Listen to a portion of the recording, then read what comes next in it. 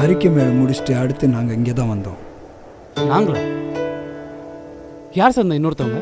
நானும் என் தோழியும். தோழியா?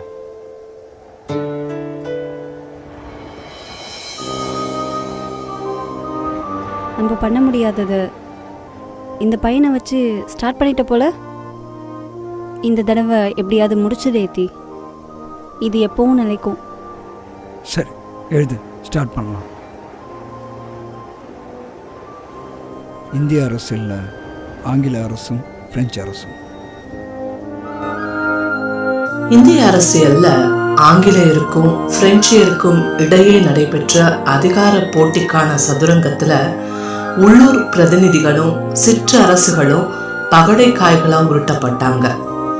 1750ஆம் ஆண்டு சந்தா சாஹிபுவின் உதவியோட பிரெஞ்சியர் செஞ்சி கோட்டையை கைப்பற்றினாங்க.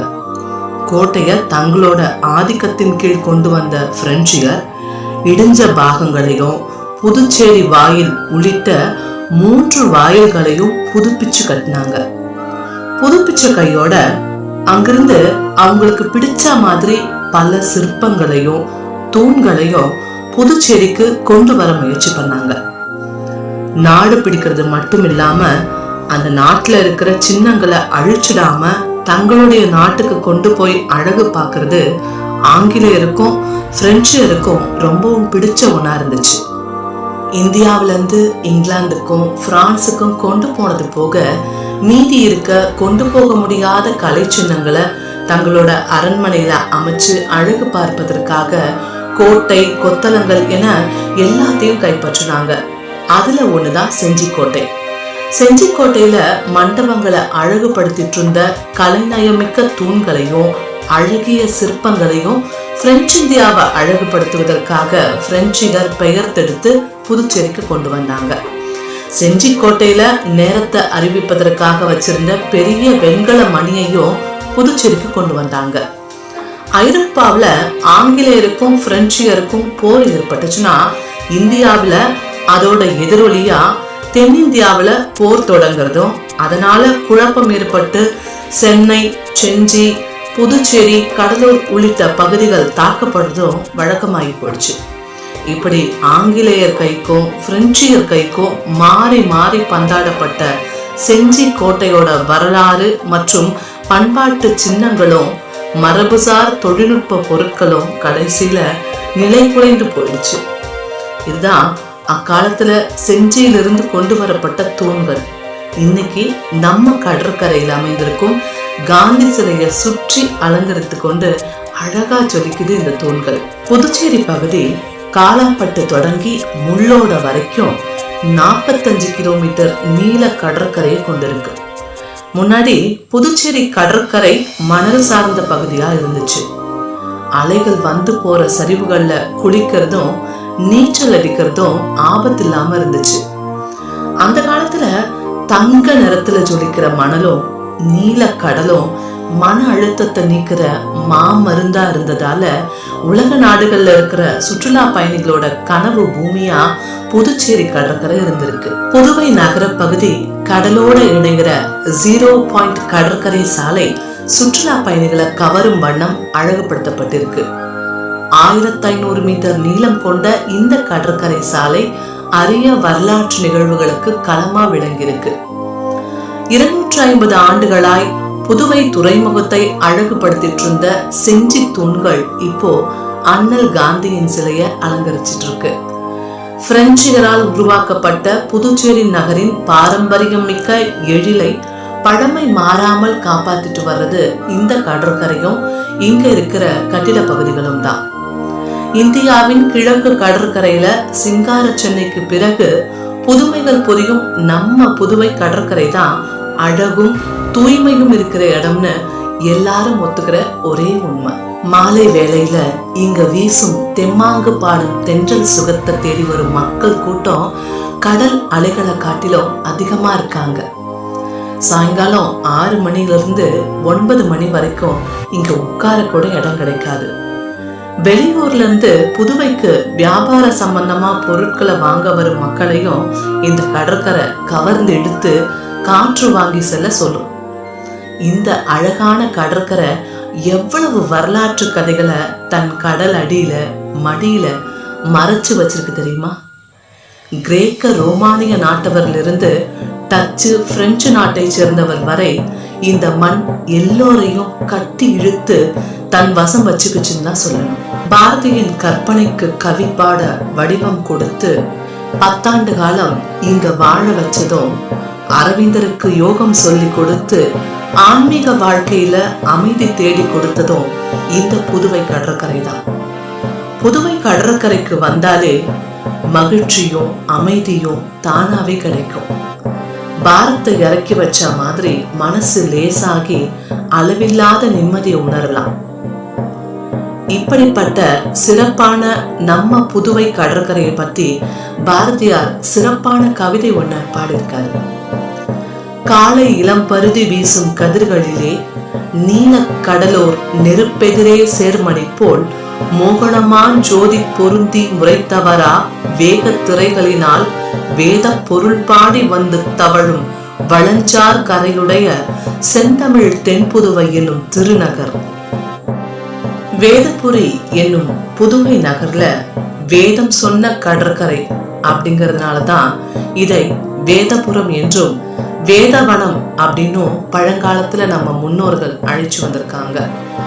வேதபுரத்தை ஞாபகப்படுத்துற மாதிரி புதுவை வேதபுரீஸ்வரர் கோவில் பழைய பெயரை தாங்கி அழகா நிக்குது.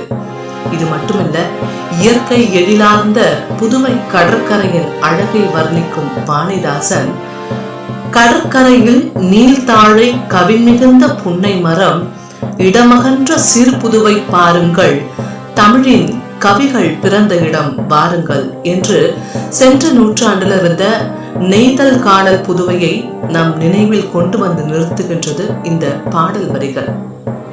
வடக்கு புல்வார் அப்படின்னு சொல்லப்படுற பட்டேல் சாலையிலிருந்து கடற்கரை சாலையை நெருங்கும் போது நம்மள முதல்ல வரவேற்கிற நினைவு சின்னம் கார்கில் நினைவு தூண். கார்கில் போர்ல இந்தியா பாகிஸ்தான் வெற்றி பெற்றதோட அடையாளமா இந்த வெற்றி தூணை இங்க ஊன்றிருக்காங்க. அதுல செயற்கை நீரூற்று ஒன்றும் அமைச்சிருந்தாங்க. இதுக்கு எதிரே உள்ள 5 மாடி கட்டிடம் தான் புதுவை அரசாங்கத்தினுடைய தலைமைச் செயலகம். இங்கிருந்து கடற்கரை சாலையின் மறுமுனையில் உள்ள துய்ப்ளெக்ஸ் சிலை வரை பல நினைவு சின்னங்களும் சுற்றுலா தலங்களும் நம்ம புதுவையின் பழமைய நினைவுபடுத்தும் வண்ணம் அமைக்கப்பட்டிருக்கு. காந்தி சிலைய எப்போ நிறுவனாங்க அப்படிங்கறத அங்க நிறுவப்பட்டுள்ள பீடத்துல கல்வெட்டா பொறிச்சு வச்சிருக்காங்க. 1965ஆம் ஆண்டு ஜனவரி மாதம் 26ஆம் தேதி புதுச்சேரியின் துணைநிலை ஆளுநர் சயாஜி லக்ஷ்மண் சைலம் தலைமையில புதுவை மேயர் எட்வர்ட் குபேர் முன்னிலையில காந்தி சிலைய நிறுவியதா அந்த கல்வெட்டுல பொறிக்கப்பட்டிருக்கு. காந்தி சிலையும் செஞ்சி தூண்களும் அதுக்கு எதிரே உள்ள பழைய துறைமுக கலங்கரை விளக்கமும் ஒரே இடத்துல அமைஞ்சு நம்மள வியக்க வைக்குது. காந்தி சிலைய சுத்தி கட்டப்பட்டிருக்கிற வட்டமான சின்ன மண்டபமும் அதை தாங்கி நிற்கிற உருண்டையான 5 தூண்களும் சிலைய மழை வெயில் தாக்கத்திலிருந்து காத்து நிக்குது. சிலைக்கு கீழே சலவை கல்ல சாய்வா கட்டப்பட்டிருக்கிற 5 பீடங்களும் அந்த சிலைய தாங்கி நிக்கிற அழகே தனிதான். காந்தி சிலைய சுத்தி கட்டப்பட்டிருக்கிற மண்டபமும் அதை தாங்கி நிக்கிற 5 தூண்களும் ஐங்கோண வடிவுல அமைக்கப்பட்டிருக்கு. சிலைய சுத்தியும் ஐங்கார அமைப்புல சறுக்கு வடிவுல சலவை கற்களை பதிச்சிருக்காங்க. மேற்கு நோக்கி அமைக்கப்பட்டிருக்கிற இந்த சிலை புதுவை கடற்கரைக்கு வர்றவங்களை வரவேற்கிற மாதிரி ரொம்ப அழகா காட்சி அளிக்குது. காந்தி சிலைய அழகாகவும் எடுப்பாகவும் காட்டுற வகையில அதுக்கு பின்புலமா 30 அடி உயரத்துல தூண்கள் நிறுவப்பட்டிருக்கு. அவைகள் தான் செஞ்சி தூண்கள். இந்த தூண்கள் ஏன் செஞ்சி தூண்கள் என அழைக்கிறாங்க என்ற பின்னணியை பார்த்தோம்னா ஒரு பெரிய வரலாற்று சரித்திர நிகழ்வே இருக்கு. 250 ஆண்டுகளுக்கு முன்னாடி புதுவையை ஆக்கிரமிச்ச பிரெஞ்சு ஆளுநர் துய்ப்ளேஸ் ஆட்சி காலத்துல செஞ்சி கோட்டைய அவங்க கைப்பற்றினாங்க. அப்போ அங்கிருந்து கலைநயம் உள்ள சிலைகள், மண்டப தூண்கள், சிற்ப கலைநயம் உள்ள சின்னங்கள் இது எல்லாத்தையும் வெற்றி சின்னமா புதுவைக்கு கொண்டு வந்தாங்க.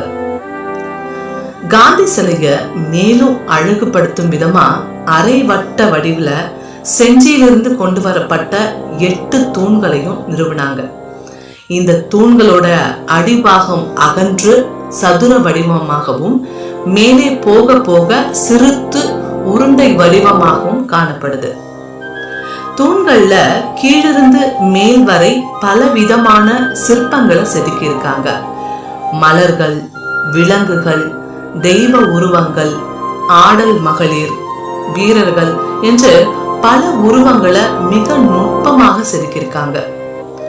தூணின் உச்சியில இருக்கிற தாமரை வடிவம் தூணை மேலும் அழகுடையதா காட்டுது. பிரெஞ்சுக்காரங்க செஞ்சியை வெற்றி கொண்டதன் அடையாளமா புதுவையில உள்ள பெரிய வாய்க்காலை ஒட்டிய தெருவுக்கு செஞ்சி சாலை அப்படின்னு பெயர் சூட்டியிருந்தாங்க. இங்க இருக்கிற 8 தூண்கள்ல 6வது தூணுக்கு கீழே செஞ்சி தூண்களை நிறுவியமை பற்றி கல்வெட்டு செய்தி ஒன்றை பிரெஞ்சு மொழியில பொறிச்சு வச்சிருக்காங்க.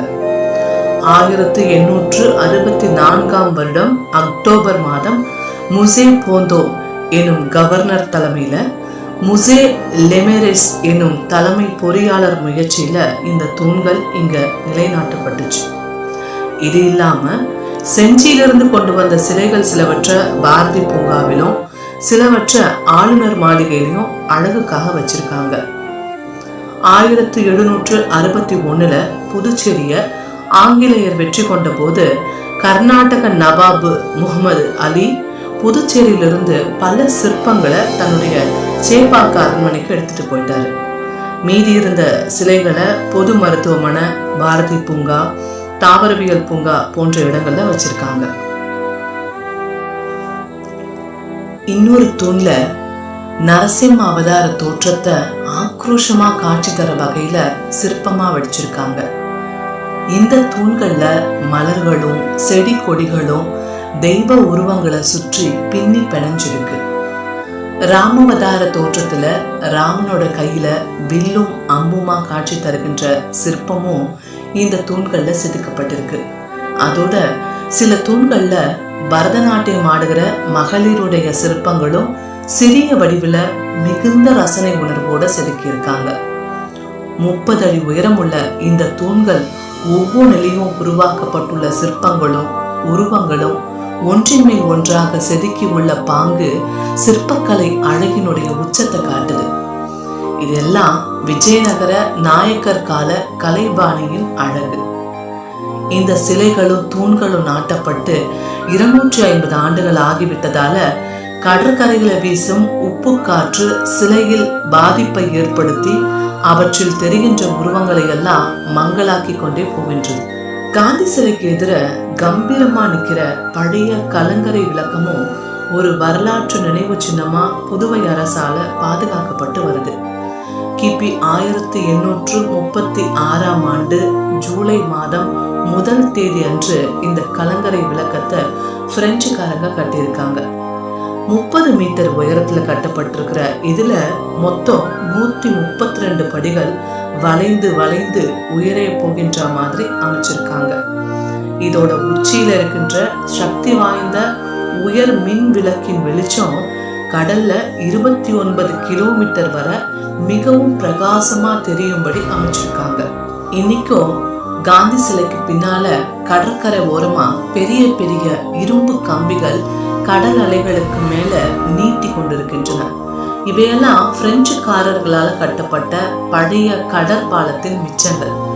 பெரிய பெரிய இரும்பு கர்டர் என்று சொல்லப்படுகின்ற இரும்பு தண்டவாளங்களை கடற்கரையில நிறுவி பியர் என்று அழைக்கப்படும் இந்த துறைமுகத்தை அவர்கள் கட்டி வச்சிருந்தாங்க. 1954 புதுவையில் வீசிய புயல் காற்று ஒன்றால இந்த பழைய துறைமுக பாலம்லாம் கடல்ல அடிச்சிட்டு போயிடுச்சு. அதனாலதான் பம்பாக்கிரபாளையத்துல புதியதா ஒரு துறைமுகமும் கலங்கரை விளக்கமும் கட்டிருக்கு நம்மளோட இந்திய அரசாங்கம். 1970 ஆண்டு புதிய துறைமுகம், கடற்பாலம் இதெல்லாம் ஆரம்பிச்சு அவை கட்டி முடிப்பதற்கு 8 ஆண்டுகள் ஆயிடுச்சு. அதன் பின்னர் 1978 வருடம் டிசம்பர் மாதம் 10 தேதியிலிருந்து புதுவையில் புதிய துறைமுகம் செயல்பட்டு வருது. வெளிநாட்டுல இருந்து நிறைய கப்பல்கள் இங்க வர்றது மட்டும் இல்லாம ஏற்றுமதி இறக்குமதி முதலான துறைமுக பணிகள் எல்லாம் செய்கின்ற முழுமையான துறைமுகமாகவும் புதுவை துறைமுகம் செயல்பட்டு வந்திருக்கு. புதுவை நகரமன்றத்தின் அருகில் உள்ள கப்ஸ் கோயிலுக்கு முன்னாடி தூய வெண்மை நிறத்தில் 4 தூண்கள் நிலைநாட்டப்பட்டு தலை கவிழ்ந்த நிலையில துப்பாக்கிய தரையில ஊன்றி சோகத்தை வெளிப்படுத்தும் வண்ணம் ஒரு பிரெஞ்சு வீரனின் சிலை அமைக்கப்பட்டிருக்கு. இத போர் வீரர் நினைவு சின்னம்னு குறிப்பிடுவாங்க. முதலாம் உலக போரில் பிரான்ஸ் இராணுவத்தின் சார்பாக பிரெஞ்சு இந்தியாவில் வாழ்ந்த புதுவை வீரர்களும் போரில் ஈடுபடுத்தப்பட்டாங்க. இவங்கள பலர் போரில் வீரமரணம் அடைஞ்சாங்க. இறந்த வீரர்களின் பெருமையை நாடறிய செய்யவே போர் வீரர் நினைவு சின்னம் எழுப்பப்பட்டிருக்கு. வீரமரணம் அடைந்த போர் வீரர்களின் பெயர்களை இந்த சதுக்கத்துல பொறித்து வைத்திருக்கிறாங்க. காந்தி சிலைக்கு மிக அருகில வெள்ளை நிற மாளிகை ஒண்ணு புதுச்சேரி நகராட்சி என்னும் பெயரை தாங்கி கம்பீரமா காட்சியளிக்குது.